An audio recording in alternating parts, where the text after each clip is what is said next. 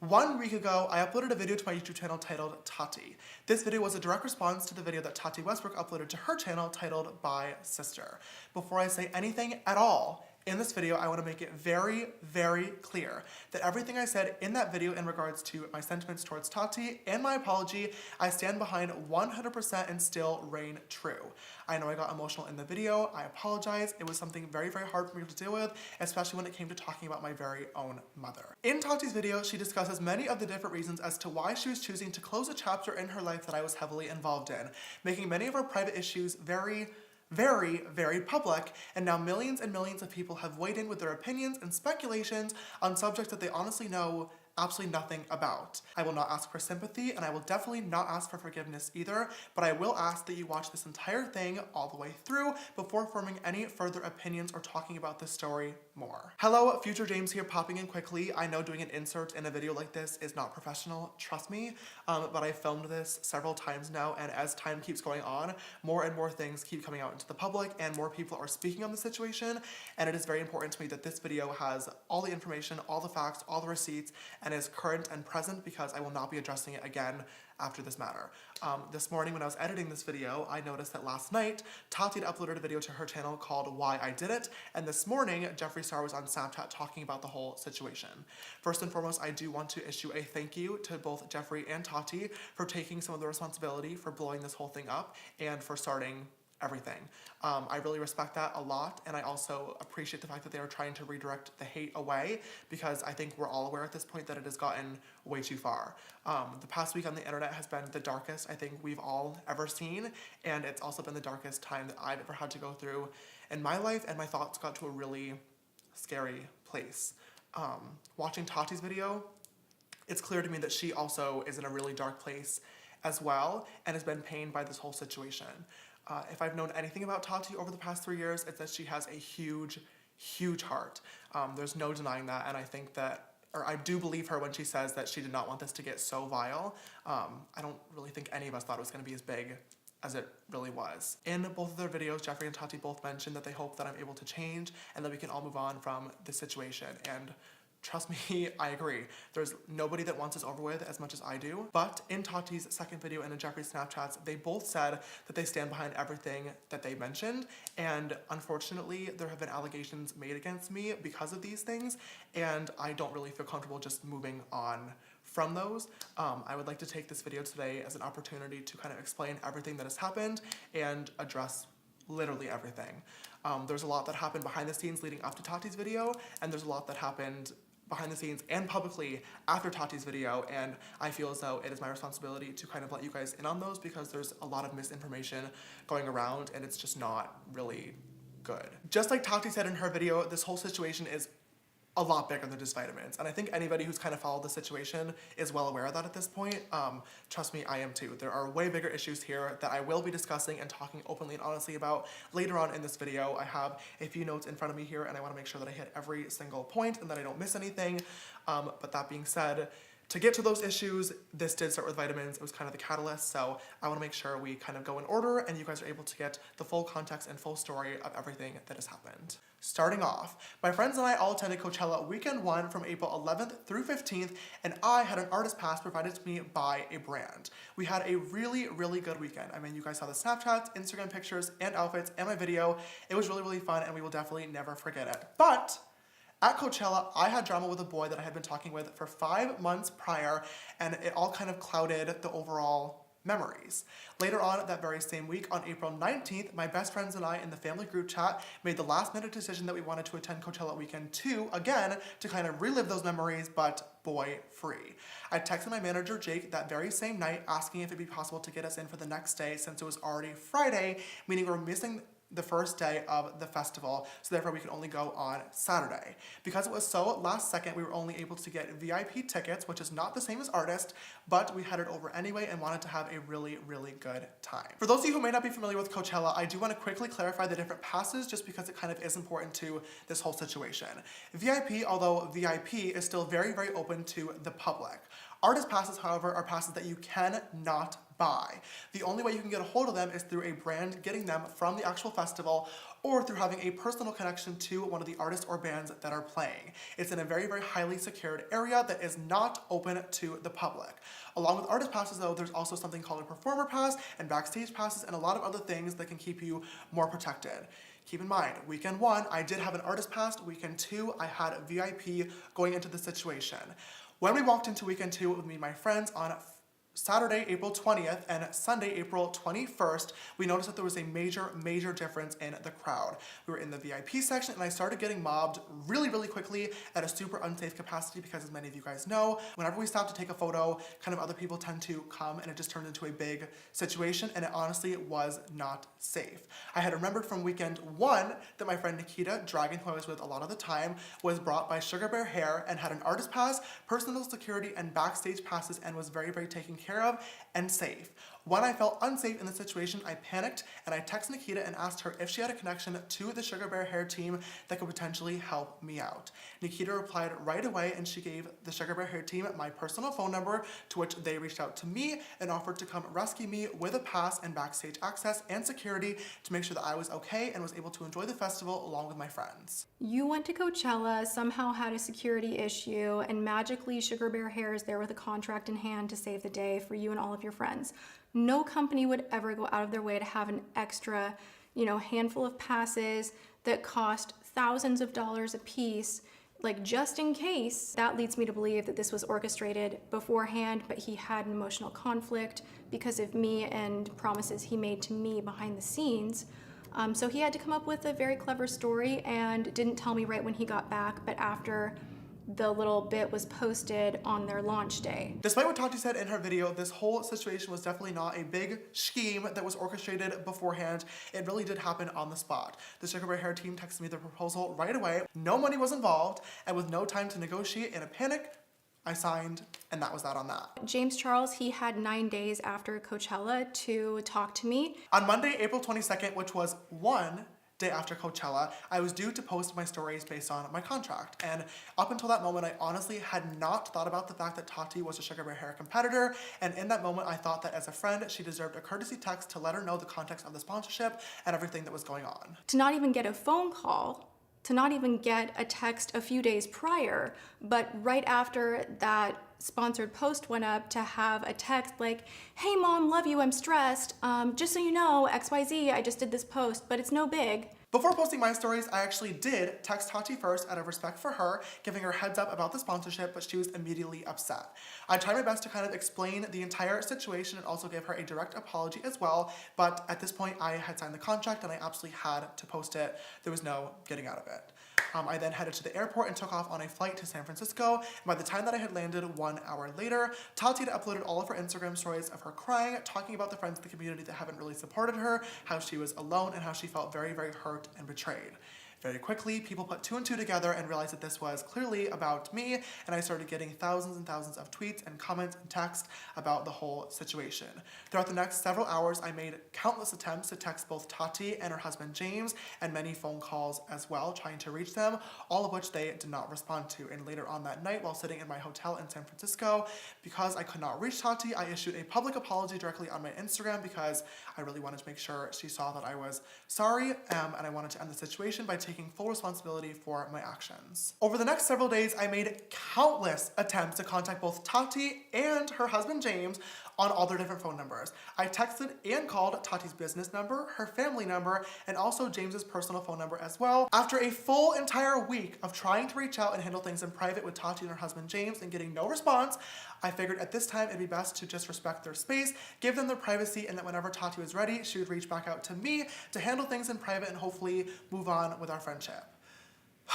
That is everything in regards to the Instagram stories. Now that we've talked about that, I want to discuss a few of the things in Tati's video that were misleading and false. The reason that James always said that he couldn't promote Halo on his channel and really do heavy endorsement was because he has a teenage audience and it would just be inappropriate. Now, this time was just confusing to me, mostly because this conversation never actually happened.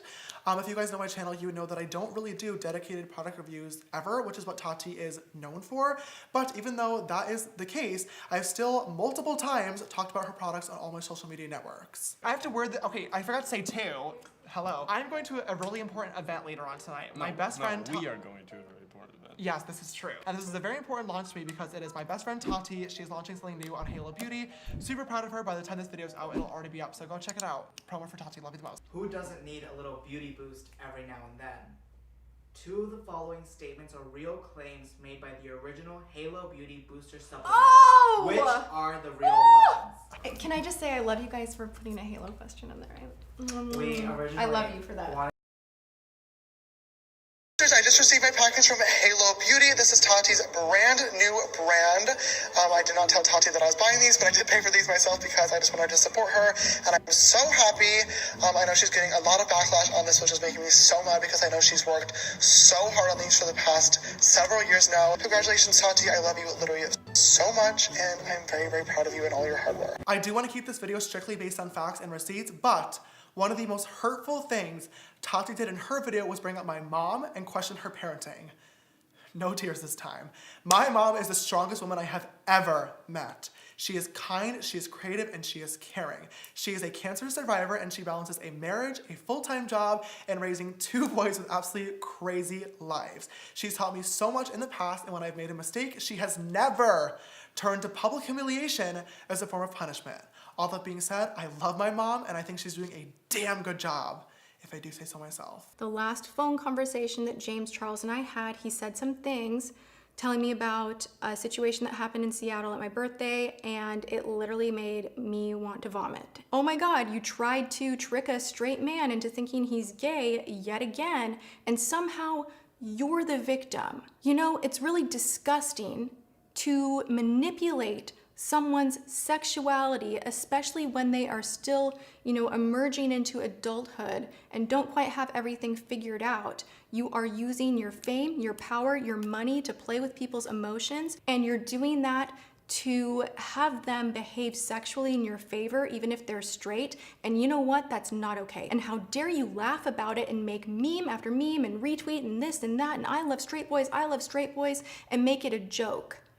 Because this behavior is not normal, it's not okay. Cracking someone's sexuality is not an escape room. First of all, I am a 19-year-old virgin. I talk about boys quite a lot on my social media networks. Clearly at this point, it is not acceptable anymore. We're talking about that in a little bit, I promise you. But just thought I would bring it up, put it out into the universe. I don't really get a lot of action. We have probably guessed this at this point. So that being said, I have never and would never and will never use my fame, money, or power to manipulate or get any sexual actions from a guy. That is disgusting. It is not me.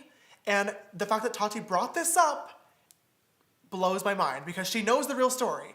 The story that we're talking about here is a situation that happened when I was in Seattle for Tati's surprise party with a boy named Sam. Now, I'm going to tell you the full story since everybody seems to be leaving out literally every single detail. In Tati's video, she mentioned that she was disgusted and had to apologize to her family for me apparently saying things that I wanted to do to a waiter and then justifying those actions by saying, I am a celebrity.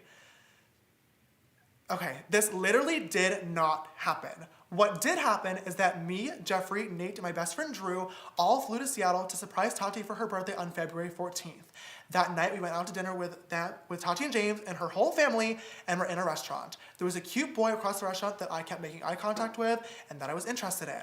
And the conversation of dating for me and Jeffrey both came up at the dinner table, and we were talking about it for a very, very short period of time. The conversation never got inappropriate. Period. The boy that was involved with the story is named Sam. Now, when I originally wanted to do this video addressing everything, I did plan on crossing his name and keeping him completely private, but he has since come out and made a video of his own talking about the situation, just like Tati leaving out many, many details. But in his video and in the screenshots that I have, Sam mentioned that he was perfectly fine and found the flirting that I was doing flattering. So I'm not really sure why this got turned into something much bigger, but it simply was not. And he was looking at me. Later on that night, he started talking to the other employees about me, asking me if I had a Valentine. This was on Valentine's Day, where he especially thought that I was very attractive and he wanted to get my phone number and all that. But the wait staff at my restaurant didn't let that happen. He left and it kind of just went untalked about. The I'm a celebrity thing is really incredibly frustrating to me because this is an inside joke between my friends and I that Tati has also participated in, and she twisted this to be something far worse than what it is. This is the joke that really is where we say I'm famous, not I'm a celebrity, and it's something that we don't say in public very often because without context, I get it, it looks and sounds really, really bad, trust me. Literally, famous is synonymous with anything good. So yeah, if my YouTube video does well one day, my friends will say, oh my God, James, you're so famous. But literally, if my friend takes a good Instagram photo, oh my God, you're so famous. If our boneless buffalo wings at Chili's are extra delicious one day, oh my God, these wings are so, so famous. It has nothing to do at all with fame, power, or money, which is what Tati alluded it to being. And it is so frustrating that she turned an innocent and funny inside joke that she has participated in into something so beyond disgusting. I'm going to try my best to make a long story very short. The next day, Sam slid into my DMs first and I happened to see it. We started talking back and forth and he mentioned that he was flattered by me flirting with him the night beforehand. Sorry about last night, you're very attractive. And then I responded with, it's all good, very flattering actually. A few minutes into the conversation, I asked him about his sexuality and he told me straight up that he was bisexual. Oh my God, you tried to trick a straight man into thinking he's gay. There was no straight men being manipulated anywhere in the story like Tati mentioned. Later on in the conversation, he asked when I was leaving Seattle and I told him the next morning, to which he responded, I wish we had time to hang out. And I said, hey, why don't you come over to my hotel tonight? We can watch a movie together. He said, sounds good.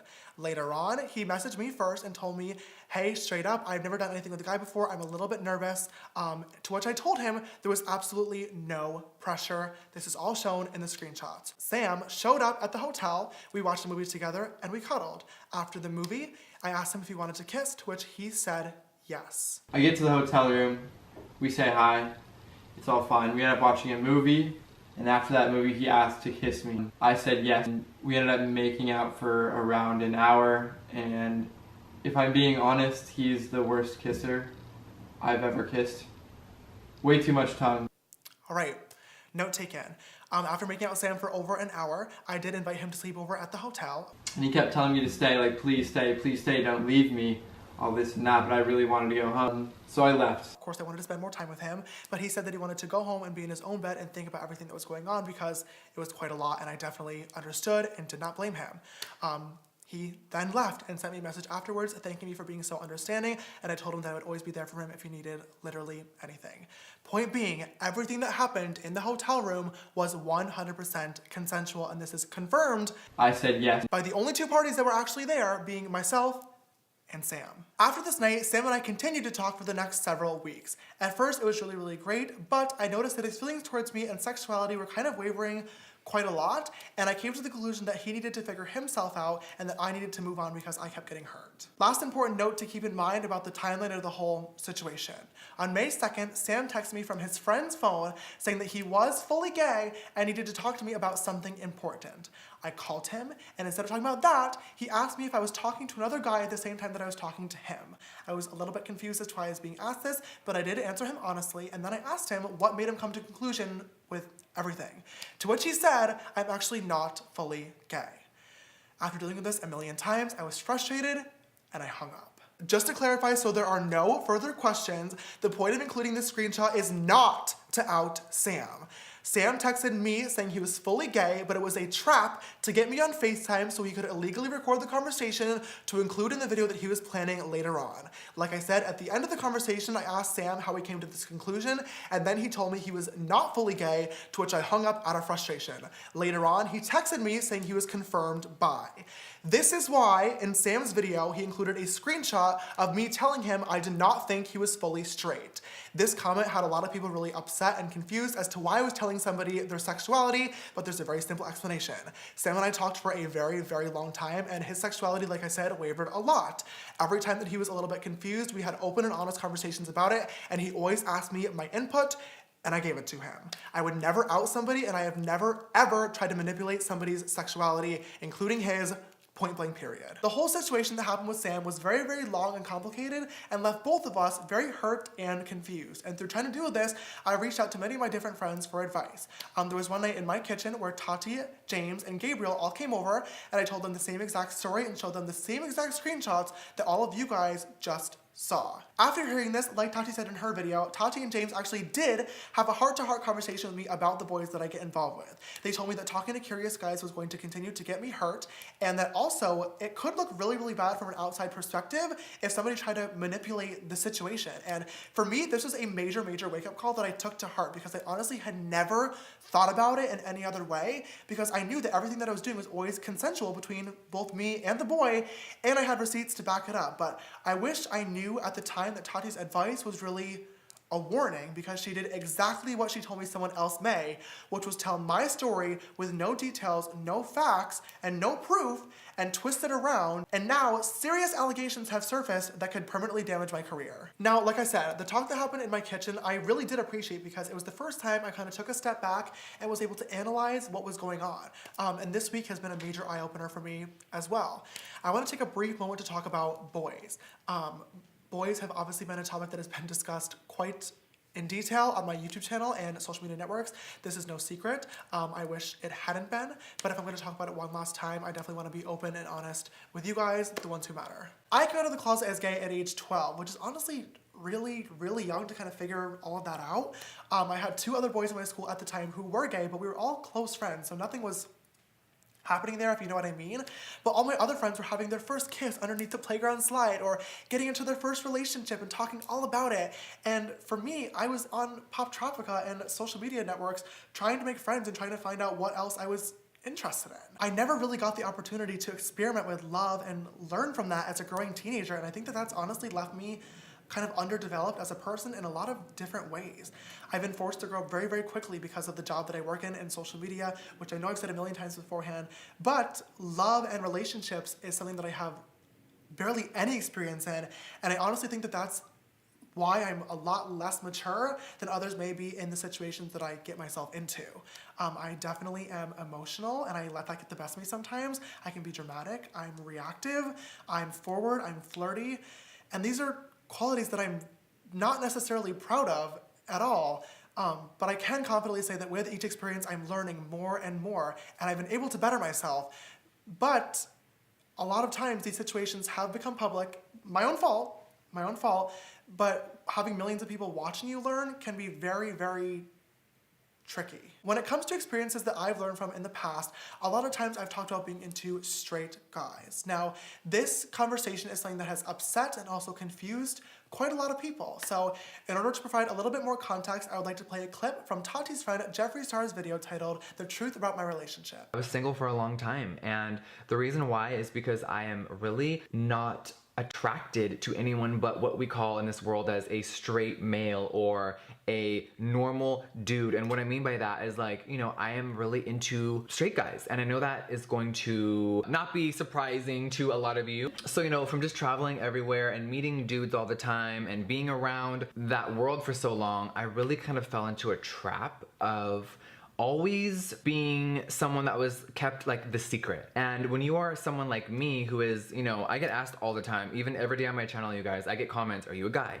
Are you a girl? Are you transgender? Are you trying to transition? What are you? Being someone that is like me, that is a guy that looks like a woman, right? I keep doing this because so many people are not into labels these days, and I love that. I'm all about that. You do you, call yourself whatever you want, whatever you believe in. I think that is the beauty and the freedom of, you know, living, is we can be whoever we want to be. I've always been into straight men, and the problem with that my entire life is I never found real love, because straight men behind closed doors, they love people like me, they love hooking up, they love having fun, they love the relationship as long as other people don't know. I really like this clip from Jeffree's video because not only is everything in it very accurate, but I honestly feel like he did a great job of explaining a topic that is very confusing and complex and that not a lot of people understand, including me fully, to be honest.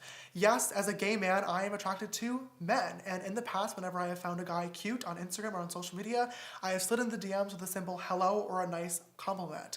If anybody ever made it clear that they were not interested or were not gay and didn't want to talk, I always apologized for the unwanted attention, and the conversation was put to a halt immediately. I do take full responsibility for sending these messages, and this situation has definitely taught me that sending messages that are so forward and direct like this are unacceptable, and I no longer will do that moving forward. A few different guys that I've talked to in the past have since came forward with their stories or posted screenshots of conversations that I had with them saying that I made them feel uncomfortable, and reading some of them, I honestly felt really, really bad.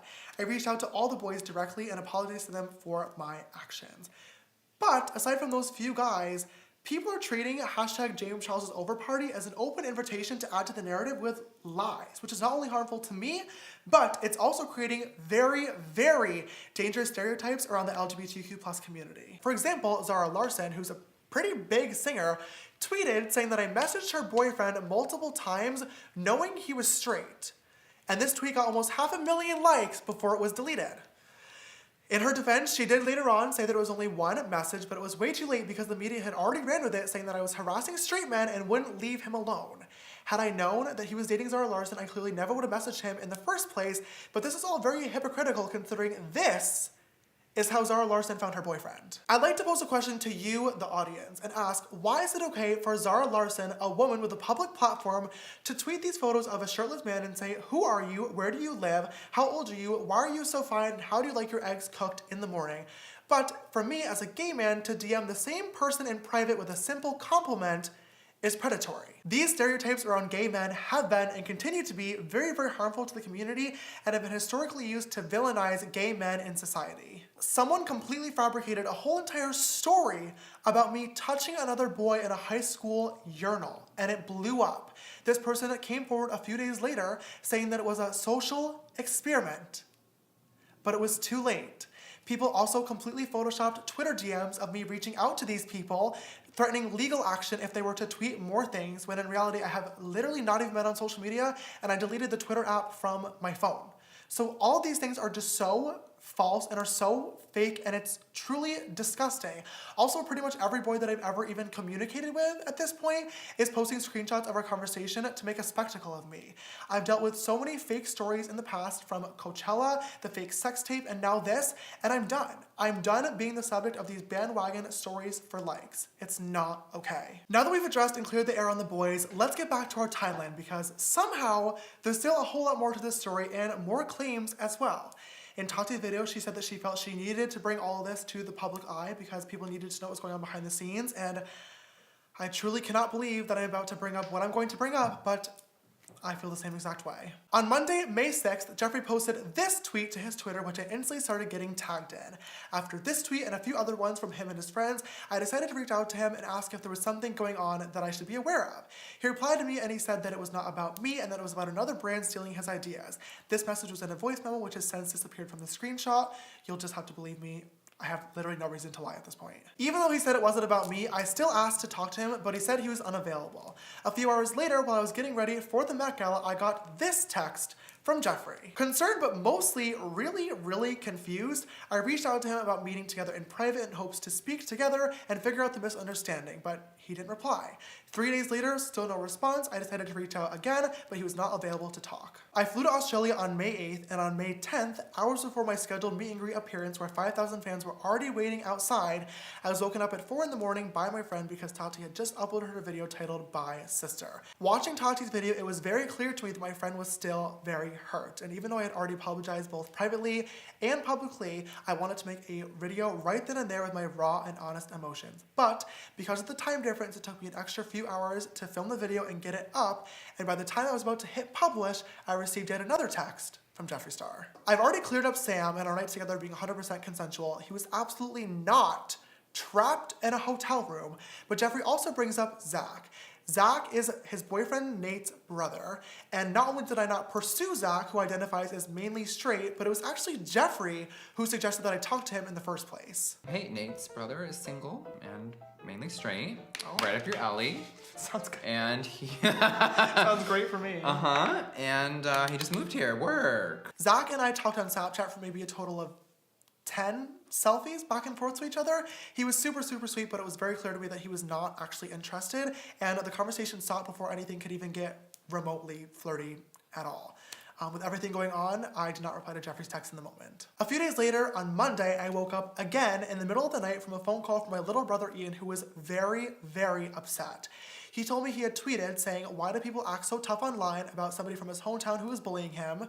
And Jeffree Star, of all people, had quote tweeted Ian's tweet saying, "Why is your brother a predator? Why'd you really move back to New York City? Exactly, shut the fuck up." Many people were quick to call out Jeffree for bullying a kid who had nothing to do with the situation literally at all, and he deleted the tweet. After this, I went to check my phone and noticed that Jeffree had texted me a few minutes prior, and I opened my phone to this. I really want to read this text out loud just so you all get to hear exactly what I had to read, but also so I don't miss anything. "Grayson is going on camera shortly to finally tell the world how you tried to molest him and touch him in his sleep and made him uncomfortable for months, you sick motherfucker. Next, Zach will be going on camera to tell how twisted and sick you were, trying to get him to like you and then make him feel bad when he didn't want to send you photos back. Then Sam from Seattle will be joining me and Cameron to talk about you trapping him in his hotel room. You need to be locked in prison for a very long time. You need the internet taken away from you. You are a danger to society." As disgusting as it is, I have to admit, bringing up Grayson Dolan was pretty clever. At the height of all these allegations and stories going around, both of the twins unfollowed me, not wanting to be associated, and fans started speculating that the rumors could be as to why.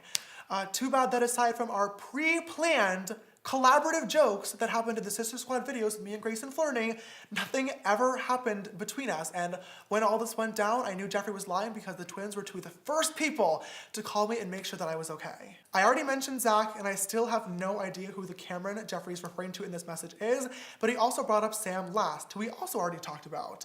Later on that day though, Jeffree was right. Sam did upload a video to his YouTube channel telling the whole story. He left out almost all the details and included an illegally recorded FaceTime call, which was on May 2nd, told you to remember that.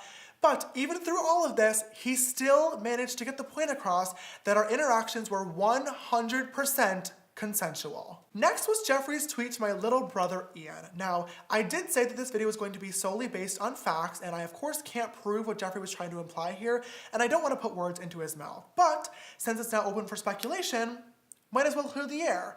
Ian actually went home for a few different reasons, but it's temporary. He had to get his wisdom teeth taken out, and he's also working on different modeling opportunities in New York City, and I am so incredibly proud of him. But he was also having a really, really hard time in LA. Dealing with a public breakup and negativity online sent him into diagnosed clinical depression, which he is now being treated for, and he wanted to be with my parents.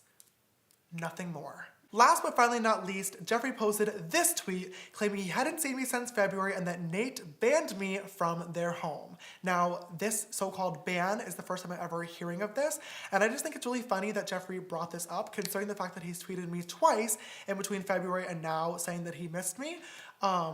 Regardless, he ended that tweet by saying I was a danger to society and everything in Tati's video was 100% true. Adding insult to injury, not only did Jeffree text me, but he also went out of his way to text my best friend, Drew, this lovely message trying to turn him against me. Jeffree's messaging about me both in private and in public was hurtful, defamatory, extremely excessive, but most importantly, literally all based on lies.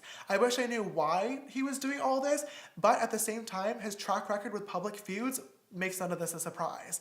Tati made a video telling stories about me and publicly humiliating me, and now I have serious allegations against me that could be detrimental to my career. Hello, Future James here popping in again. I've been completely honest with my whole timeline thus far, and I obviously want to keep doing so I feel like it is only fair to mention that only within the past few days, pretty much everyone involved with this situation has started to reach out to me in some way, shape, or form. Sam Cook, the boy from Seattle, has called me 9 times and sent me a few different text messages about the situation, trying to make things right. Tati and her husband James have tried to reach out in order to schedule a meeting, but only through a mutual YouTube rep that we share. And I've also heard from that same person that Jeffree was open to a meeting as well. This whole thing has just been really difficult for me because throughout the past 3 weeks, literally all I've wanted and all I've asked for was for communication from these people, and I tried really, really hard to get that, and I didn't. So I declined the meetings because I felt like this was started publicly and it was addressed publicly, and I felt like it was only fair for me to address this publicly as well, before meeting behind the scenes and talking further. That sucks to say because I still have love for these people, and I hope that one day we all can sit down together in a meeting for closure and also to discuss how in the future, if problems do come up, we can talk in private with only us involved.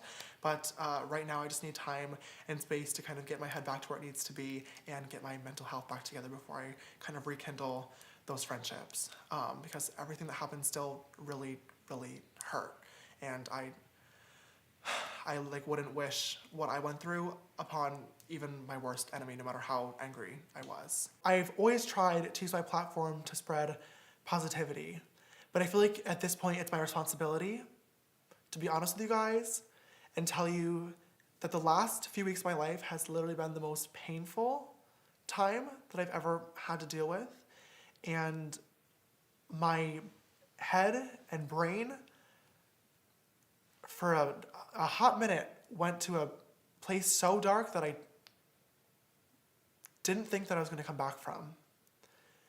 And I can't believe I just admitted that on camera.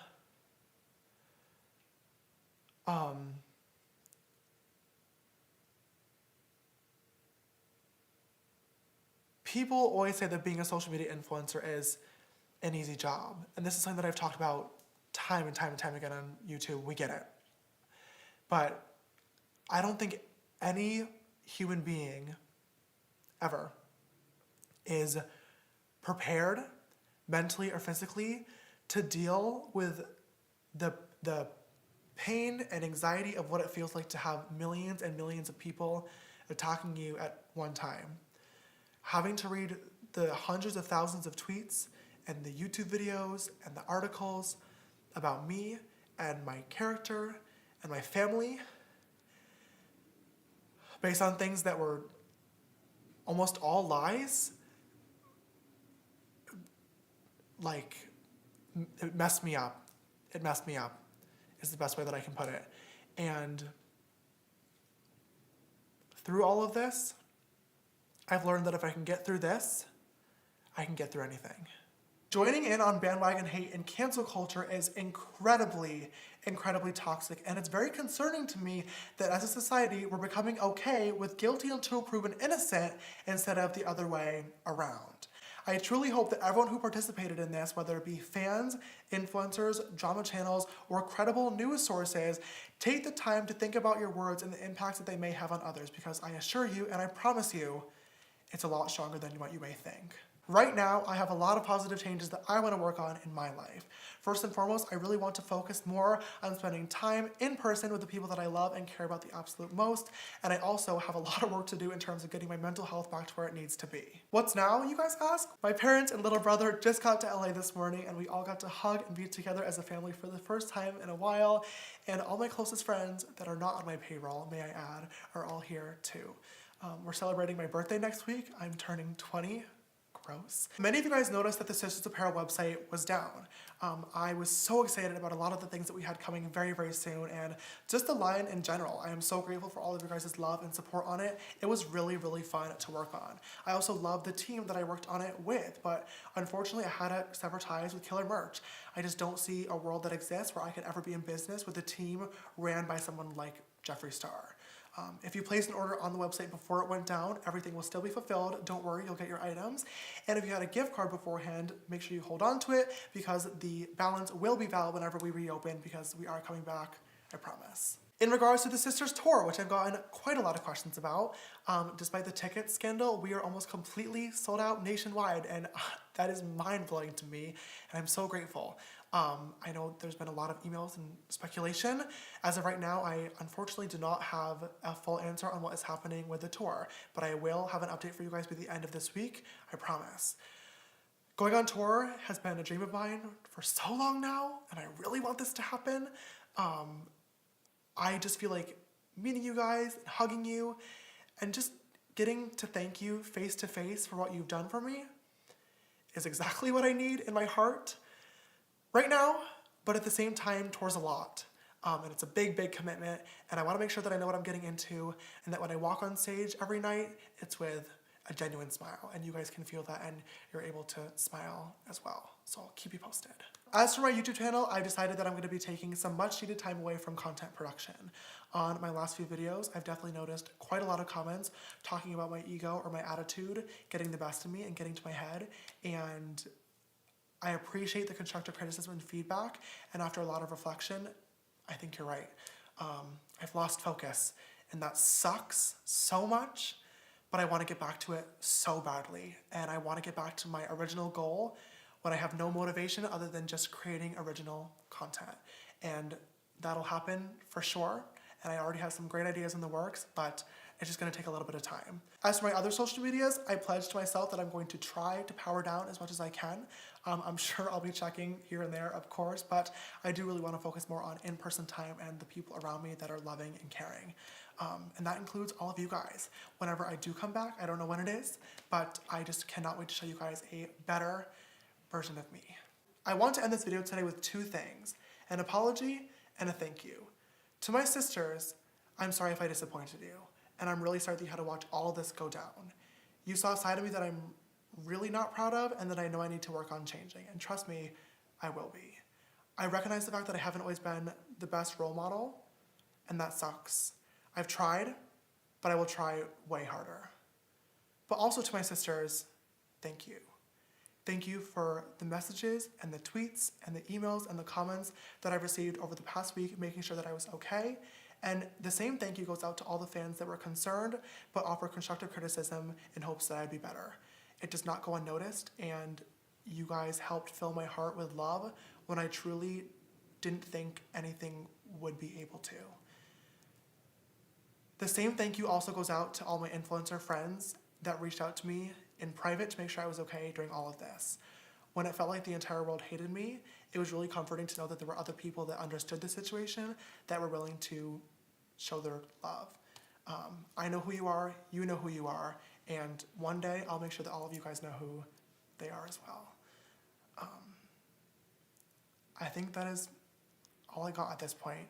Thank you for watching if you made it all the way to the end, and in the spirit of turning something negative into a positive, bye, sister.